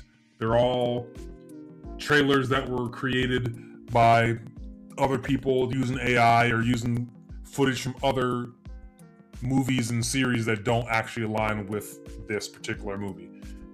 Don't know much about it other than Ryan Gosling is going to be one of the stars of the film. I'm going to see what I can find right here. So it says Star Wars Starfighter due to release. Sorry, this is May 28th, 2027. This is a year later. My bad. It's not 26, it's 27. Let me edit that real quick, and then we're going to move on because this is not for this year. But it says that it's directed by Sean Levy, who did Deadpool and Wolverine. This film was reportedly set about 5 years after the rise of Skywalker, and it stars Ryan Gosling. That's all I know about that. I don't think there's anything more to really talk about this other than we may or may not see anything Jedi related, but if it's going to be after the rise of Skywalker and it's focused more on the Starfighter stuff, it's probably going to be more like New Republic type things. I don't know. I kind of like to hope that the Star Wars Starfighter name is just a working title. Are they trying to shoot for? I'm wondering if they're trying to shoot for a bit of the Maverick kind of angle. They want to have like a, the one character that maybe appealed to people in the sequels was Poe Dameron, and maybe they want to have like a Poe Dameron / what was his name? What was the original trilogy? Not Luke, but the other pilot. Wedge. Wedge.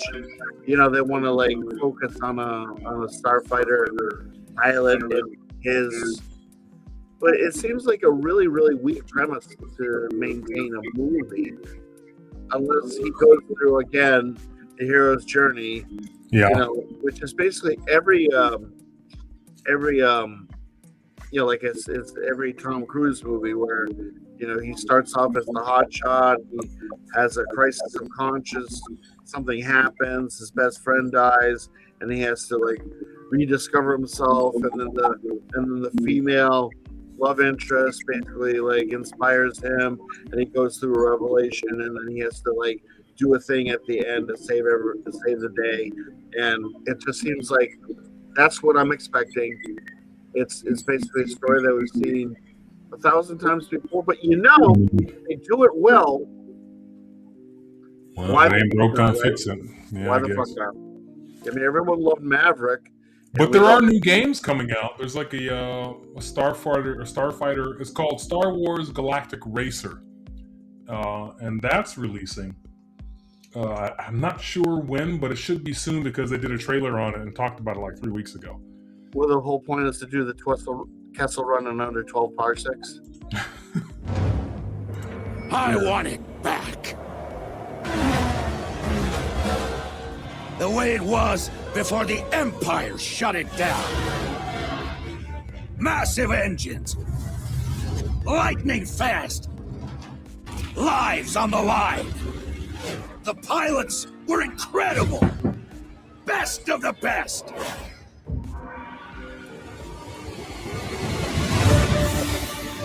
United by one beautiful dream.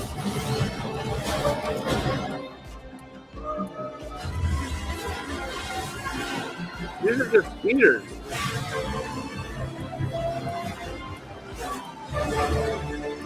The galaxy needs racing.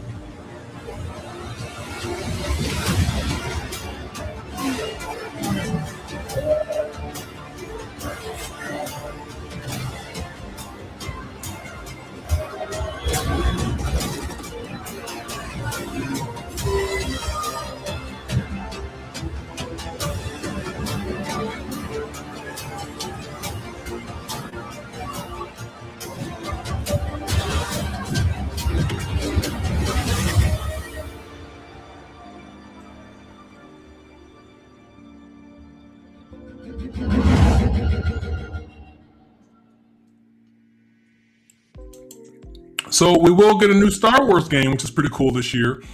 It looks like it's going to be kind of like the Pod Racer game, but more modern for today. And notice at the end they kind of teased Saboba there. He's had his gray hair now, and you heard his signature engine sound for his Pod Racer. So we'll kind of have that because we haven't had any Star Wars games released since Jedi Survivor. Mm. I mean, if they deliver with the graphics, and I mean, it has to have a little bit of substance behind it. It can't just be racing. And I mean, there has to be a well, little that's bit. what Pod Racer was. I don't know how much of a. I think the campaign is going to be you racing through, and then eventually it's probably going to be like an online multiplayer or something like that. That's my guess. And there's not much else you can really. Well, do it's obviously going to be online multiplayer, but I'm just saying, like, if there's a little bit of character development, obviously you're gonna need to have like a certain set of skills. Racing as Anakin, you're gonna have to have some type of new characters that you have to develop and upgrade and whatnot. So I mean, it could be cool. It's something new and different. Where it's not create just your own first-person shooter. character. That goes a long way, Yeah.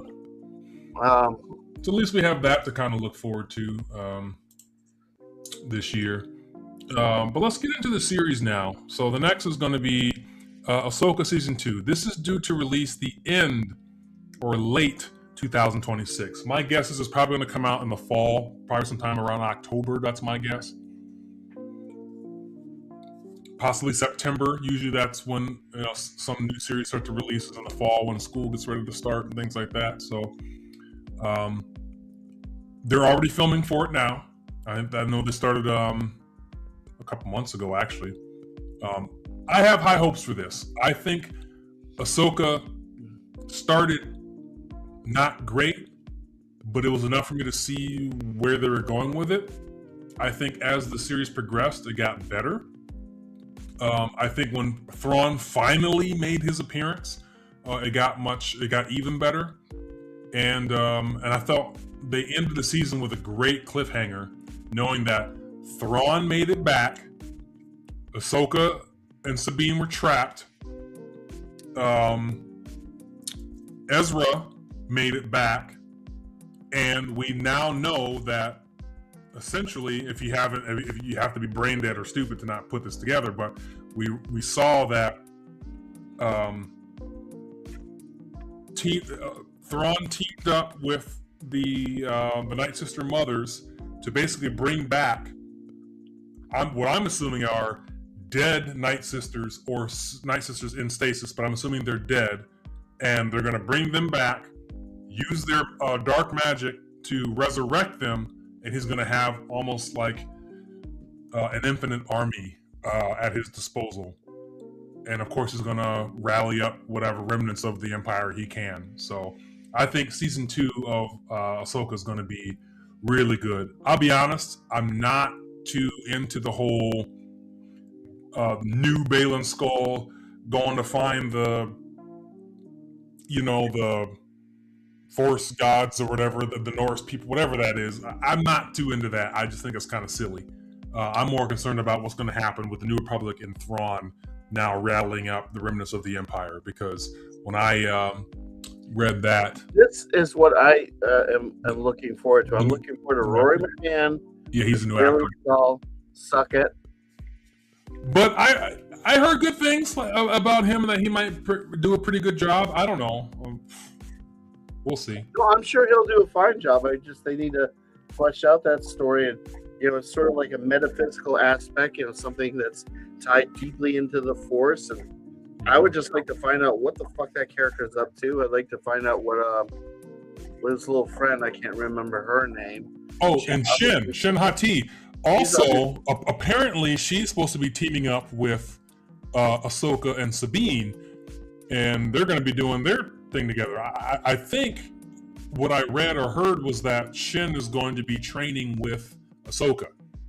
So I don't know how that's going to come about. Yeah, I don't know, but I think it has a lot of promise, and I have high hopes. Yes. I'm looking forward to Ahsoka season 2. I think it's going to be better than the first one, as long as they don't screw up the story and focus too much on Balin Skull and his hunger and all that stuff.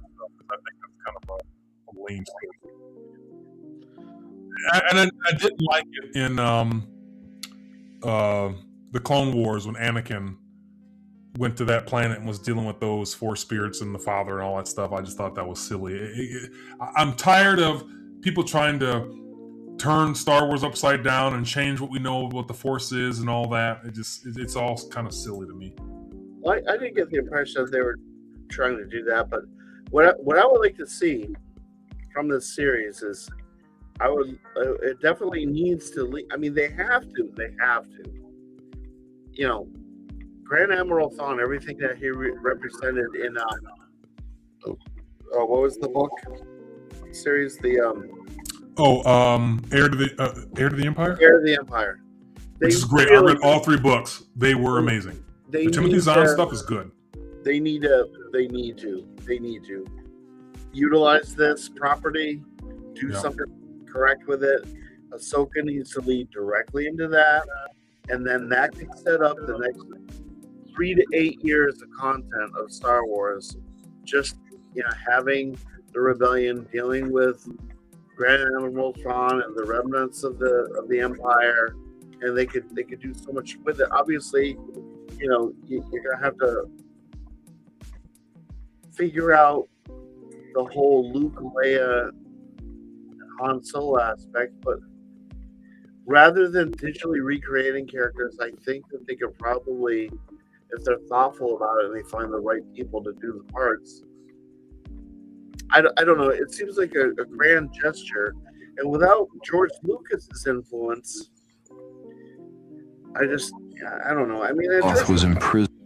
Didn't write, Heir to the Empire, but nor did he have anything to do with it. But here's the thing: if this is the issue that I had with the sequel trilogy, if they had just gone off of the Timothy Zahn books, which were essentially episode 7, 8, 9, I think those 3 movies would have been a huge success. But they screwed up by saying, we're going to go 20 years later and we're going to write our own story and bring up these new dumb characters. And it just did not work. Especially when you're going to do The Force Awakens, which is essentially A New Hope 2.0, but way worse. So I appreciate what they did with The Mandalorian and the Book of Boba Fett and Ahsoka, because they were trying to shift it more towards the Timothy Zahn storyline of Heir to the Empire.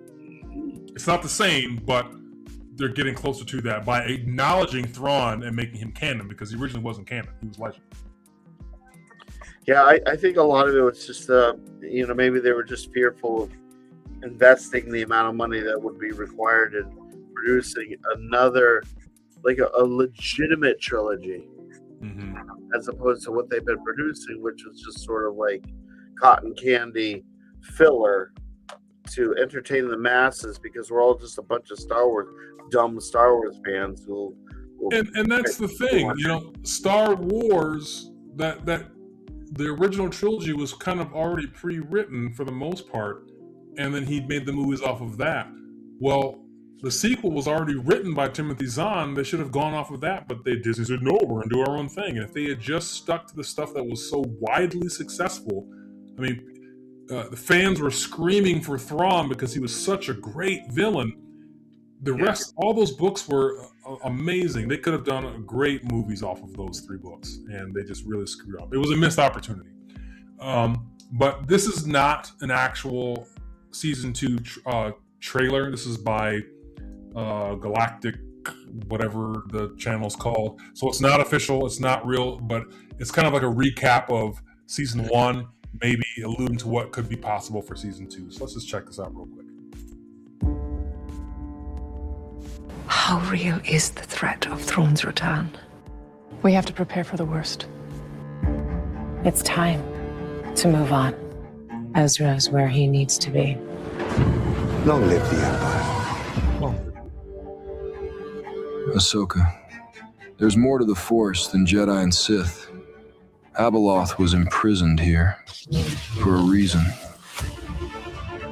Abeloth's power is beyond comprehension. We must not underestimate the threat she poses to the galaxy.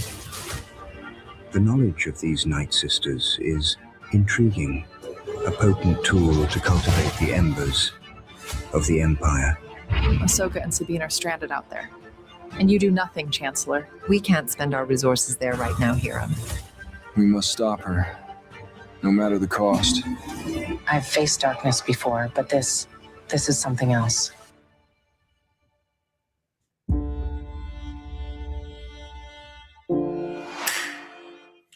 So you can see the parts that were AI. Also, that dialogue from Anakin and Ahsoka, that was not actually them. You can tell that was also AI used in there. But that's essentially what they're kind of going for, is the whole Abeloth thing and yada yada. So we'll see how it goes. I'm more concerned about what Thrawn does to the New Republic than I am that Force side of the things. But I think Ahsoka season 2 has a lot of potential to be good. Yeah, I liked what I saw in the vision, because I'm a believer that you can have both and you can balance between the two and fulfill the desires for all Star Wars fans on either side. Like you could get what you need, I could get what I need, which is a little bit of both. I like to see a little bit of the metaphysical aspect of things, learning about characters that, as long as the character isn't like a MacGuffin that's just there to entice, chaos, and actually has a legitimate plan to do this, that, or the other thing, and has a set purpose, and they flesh out the character, give her a backstory, and just don't make her superficial. Yeah. Which is what I need in basically any Star Wars character. Then I think they could do something really, really incredible. But obviously they're not going to go that route at all. It's going to be more akin to, I think, what you're probably looking forward to. I just don't know. They could sideline us and go with something completely absurd that we don't anticipate, while bypassing everything that we would hopefully desire that they would actually do. But I don't know. I enjoyed the series enough. Yeah. I wish they had Zeb in it. I wish they, obviously they didn't want to really make it Rebels. I wish they would just do Rebels. Yeah. Yeah. Because Rebels is my jam. Yeah, I know you're a big Rebels fan. I'll be honest, I was not really into Rebels at first, but I'm appreciating Rebels more now, especially after. So I mean, I liked it, but after Ahsoka, I liked it even more. I think of both Clone Wars and Rebels as being exceptional entries into the Star Wars canon, and I really think of them with the like. I'm obviously more of a Rebels fan because Rebels was more episodic and had like a more of a beginning, middle, and end, whereas Clone Wars was just sort of tales of like various events that happened during they weren't all connected, where you could watch Rebels and you can follow along one big story line. Whereas Clone Wars was kind of an anthology of like, these are stories from the war. And, and it was done so well. It was. As was Rebels. To me, Rebels was like better than it should have been in so many ways. And the nice thing about Rebels is when you watch Rebels, it's like the Clone Wars were happening, but there were other things besides the Clone Wars that were affecting the galaxy that were equally as important that needed our attention. Well, actually, the Rebels was the rise of the Empire. It was post Clone Wars. If you remember, they actually encountered a lot of the. They encountered Rex and Thrawn and all that stuff. Yeah. Rebels gave us like the showdown between Darth Vader and Ahsoka, one of the greatest moments in Star Wars history. Rebels gave us the final clash in the desert between Darth Maul and Obi-Wan Kenobi, and so many moments in Rebels, like the death of Kanan Jarrus, still hurts my soul. I'm a total Kanan Jarrus fan, and I feel like that show just like, and then like, and right down to the end when Ezra sacrificed himself to like rid the galaxy of Thrawn with the whales, and by communicating with him, it's sort of like a full circle of his force abilities. And there's just so much to that series that I think a lot of people haven't really acknowledged. They just because I don't want to watch an animated series. Well, when you're not watching Clone Wars, some other animated stuff is better than the live action. Yeah, you're missing out on such a huge chunk of lore that's so well done from a story. You miss the Bendu, voiced by Tom Baker, arguably the best Doctor in all of Doctor Who by himself is like one of these singular most mesmerizing voice actors. The Bendu, training a blind Kanan Jarrus and getting him back to his like level of confidence. I mean, there's so much in that show. And that's the other thing about animated stuff is you can do more than you can with live action. Yeah. Oh, and I love the Grand Inquisitor. I wish there was more of him. Oh, yeah.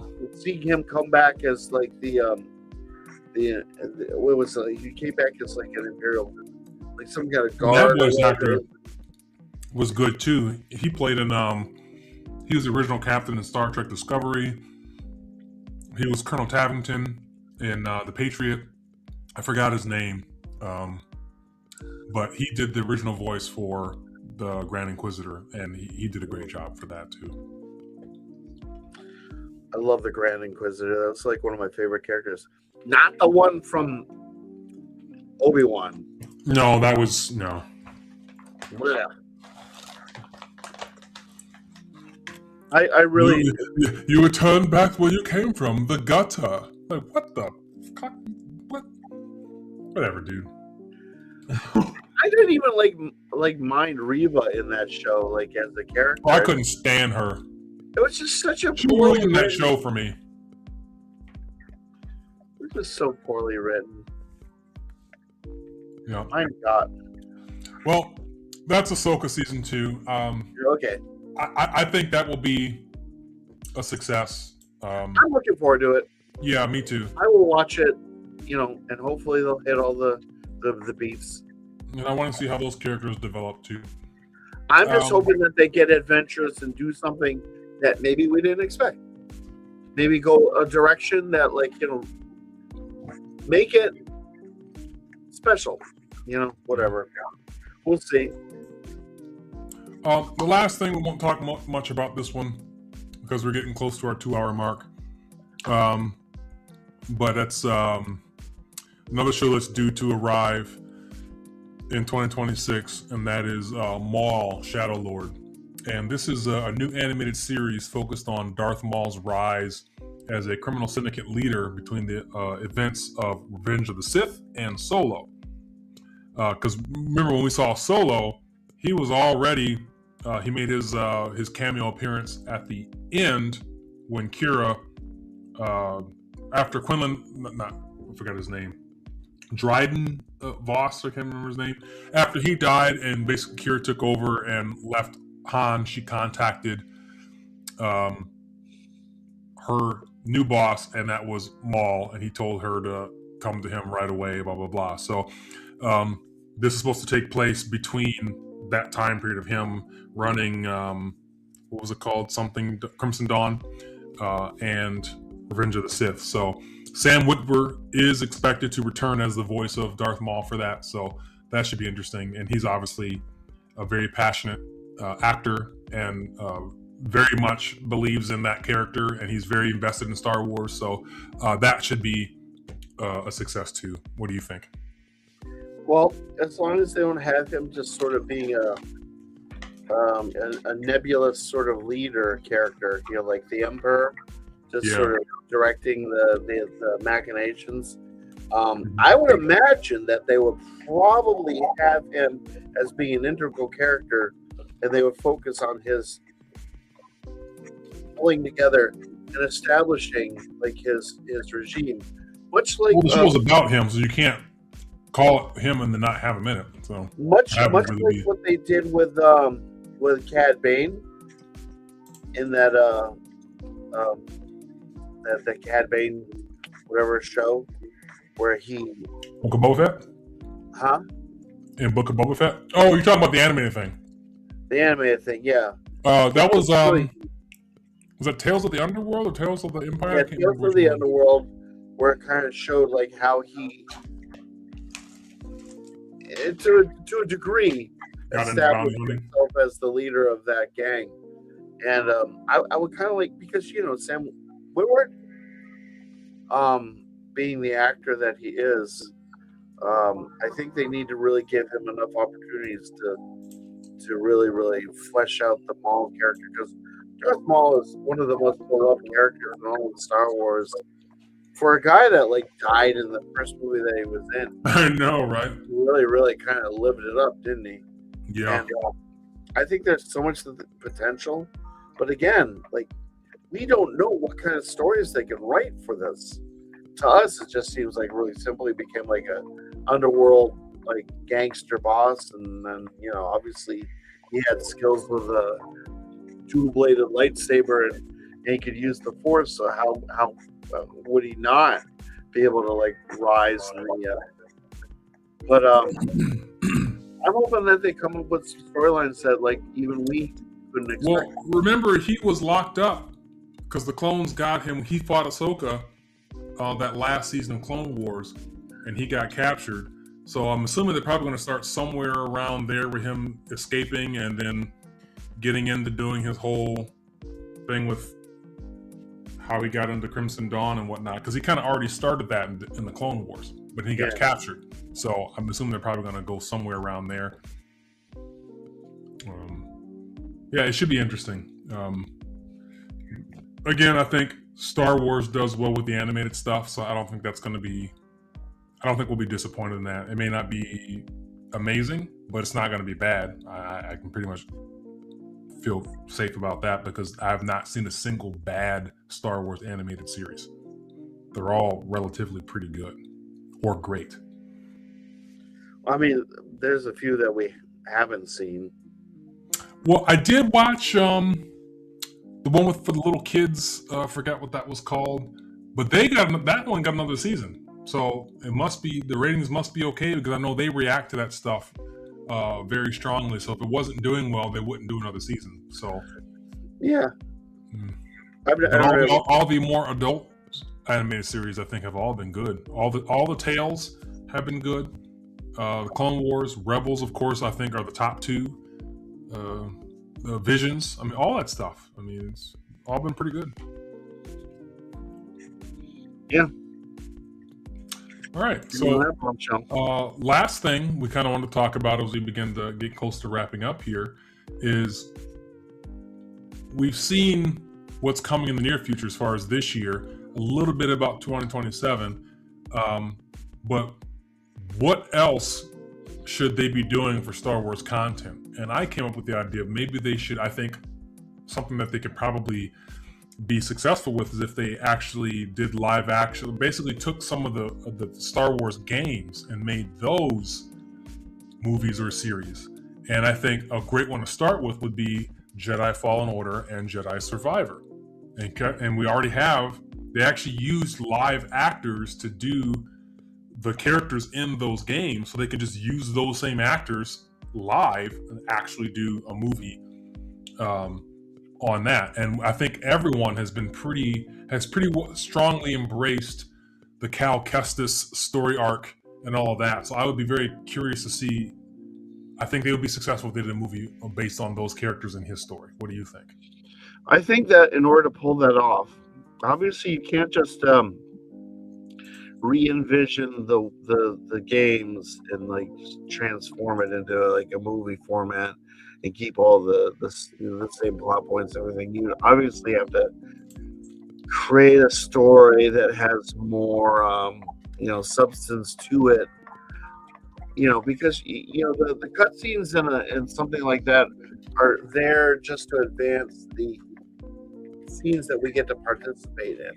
They're not really, I mean, they just hold the narrative, but they're not really meant to tell a cohesive story a la like a movie.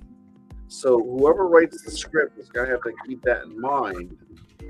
But as you were saying, they already have the actors, especially where Cal Kestis is concerned. If they got anybody else to play him, there would be a riot. No one would go see the movie. Oh, right. Disney, don't fuck that up. If you ever did that, I mean, first of all, if you're like, oh, that's a good idea.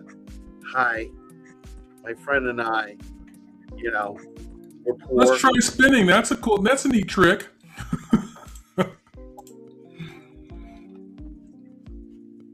Huh? Carry on. Yeah. You okay over there? Mm-hmm. You're snacking.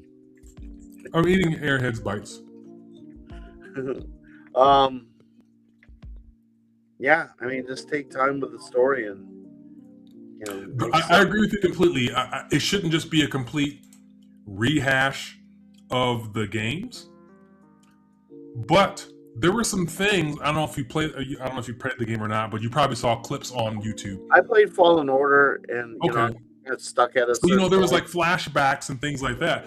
They could explore more stuff like that, because I don't want to see a movie of basically us doing the gameplay.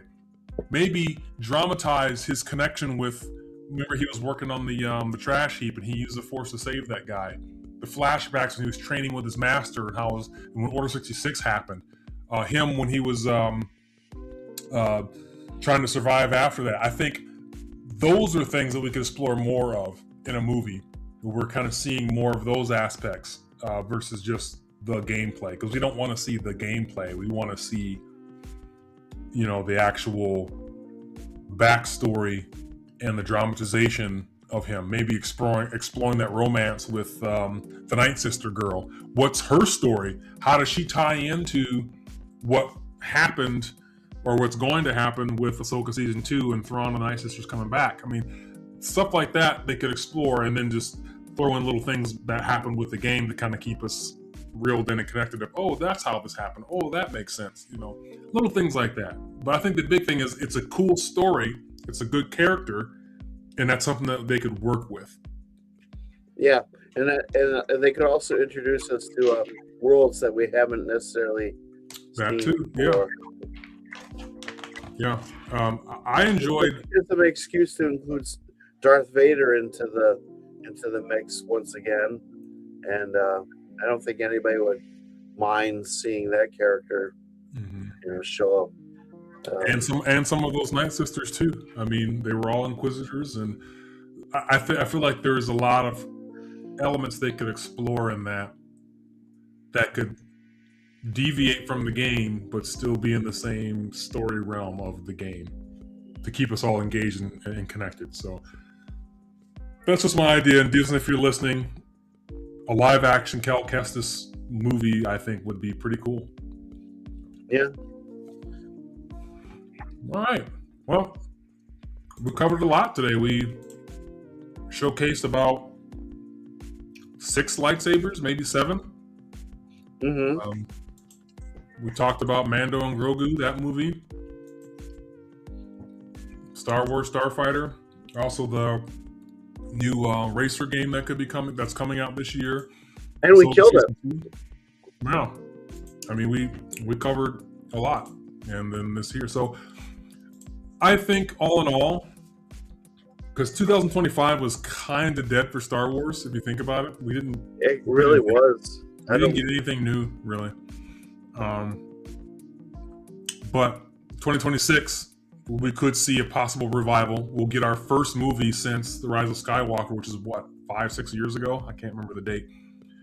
And we'll get another season of Ahsoka. We haven't had any series on other than animated stuff recently. So, we could definitely see 2026 being a revival year for Star Wars. And I hope that they hit the mark and don't leave more to be desired. So what I would like to see in the comments after this video has ended, on a scale of 1 to 5, with 1 being not very enthusiastic and 5 being the most enthusiastic, where do you fall in the enthusiasm for Star Wars material in the coming years? Do you think that there's going to be it's going to be a good year, or do you think it's going to be a lean year? I mean, it's a good question, and I will put that in the description later once the recording is up. So please comment your enthusiasm level for Star Wars this year and going forward. 1 being the lowest, 5 being the highest. Where do you sit as far as Star Wars goes and your enthusiasm for it? And I understand that some people kind of view Star Wars as a moot point, and they think of it as like a done deal, and that there's not much hope for it. Disney has killed it. I understand that sort of line of reasoning. We're kind of, I think, coming from a more hopeful, a more positive angle here, that we want it to succeed. We just don't want to be necessarily miserable about everything going on. We'd rather be delightfully surprised and hopefully enjoy the content that we're seeing. Because it's really personal. It's a very, very subjective thing. And so what in your heart of hearts, how do you feel about it? Also, Star Wars Celebration is coming to Los Angeles in 2027. So we could possibly see things revving up more getting into Star Wars Celebration next year, which I really hope that I'll be able to attend because I've never been and I really want to. So, I mean, who knows where it's going to sit, but I don't think that Star Wars is going to go away anytime soon. I think it's still a driving force, and I really hope that Disney puts their best foot forward on content ahead, so that way we can still be happy and pleased with the franchise. Well, we've covered a lot. I want to thank everyone for who's popped in on this, and if you're not with us now, just know that this will be up on my channel, and you can always jump around and check things out. Yeah, usually when these go up, I try to put in the timestamp so you can click on the subjects and just see exactly what you want to hear about. So that's good. Like I'm staying optimistic too, just because I mean, Star Wars. He says he's sitting at about a 4 right now, and a lot of that's probably because you want it to work. I do too. I really solid 4. Okay. Yeah. Good. That's probably about where I'm at too. Maybe 3.5, 4. Because I do want it to work. And I would love to see a good Star Wars game come out again, because Battlefront 2 was the last halfway decent game, and that ended up kind of tanking a little bit. So I hope that they give us something, a good multiplayer Star Wars game. Now let's all go play Battlefront. Yay! Yay! All right, everybody. Thank you so much for joining us, and may the Force be with you. May the Force be with you, and Happy New Year, my friends. I love you all, and we'll see you the next time we get together, or if any of us create any content. Ciao. До свидания.